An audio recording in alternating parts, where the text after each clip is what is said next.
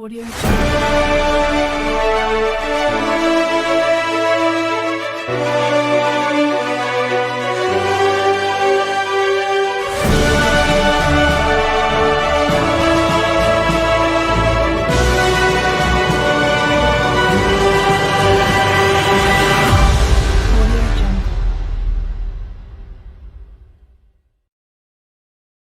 ولسه متواصلين اعزائي المشاهدين من داخل فعاليه جديده من فعاليات ميسس ميك اب فيستيفال سيزون 8. ويسعدنا ويشرفنا ان نلتقي بالبلوجر هاجر. اهلا وسهلا بيكي، اهلا وسهلا. منوره الدنيا ومنوره الاجواء كلها. الله يبارك لك، الله يحفظك. كلمينا مين لبى الدعوه لحضرتك النهارده؟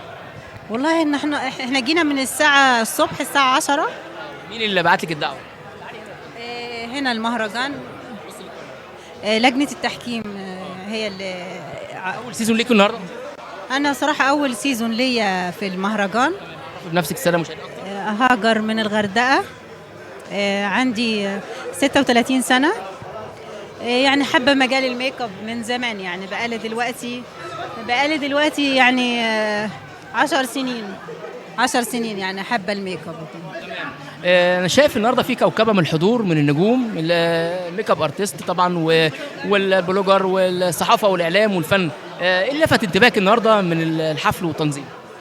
ان في ميك اب ارتست انا عارفاهم، وفي دوليين كمان هنا، متابعينهم يعني؟ متابعينهم برضو على السوشيال ميديا. فانبسطت، اليوم كان حلو صح، عدد ساعات طويله بس عدت بسرعه، لان الناس هنا فعلا انا اكتسبت خبره كتير منهم صراحه. سيزون جميل صراحه، انبسطت. سيزون ليكي؟ اول سيزون ليا صراحه.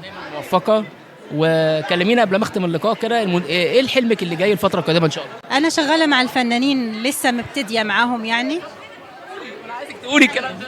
اشتغلت مع استاذه ميرنا وليد، اشتغلت مع كومبارس برضو. ارتست برامج ولا بنروحوا لمدينه الانتاج الاعلامي ولا السينما؟ السينما. شاطره بقى. الله يبارك لك، الله يحفظك. مع النجوم مين تاني؟ كومبارس بقى، كومبارس. ان شاء الله الايام اللي جايه معروض عليا حاجات كده في رمضان بسيطه، والله الف مبروك. خفيه، حاجات زي كده يعني. الف مبروك ليك النهارده، من التكريم ان شاء الله، من تكريم لتكريم، وتميز تميز والنجاح ان شاء الله باذن الله. وان شاء الله ما يكونش اخر لقاء مع بعض، وكنا لقاءات دايما اخرى مع بعض. وبالتوفيق ليك يا استاذه هاجر. الله يبارك. شكرا. شكرا.